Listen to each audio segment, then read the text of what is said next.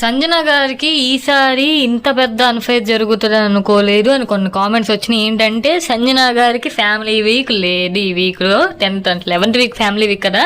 So ఏం లేదు, ఒక టాస్క్ అయితే ఇచ్చారు సాటర్డే ఎపిసోడ్లో. మీ గేమ్కి ఎవరు మీకు సహాయపడుతున్నారు, ఎవరు మిమ్మల్ని ముంచుతున్నారు, మీ గేమ్ మిమ్మల్ని ఆడనివ్వకుండా అని ఒక నాగార్జున టాస్క్ పెట్టడం జరిగింది.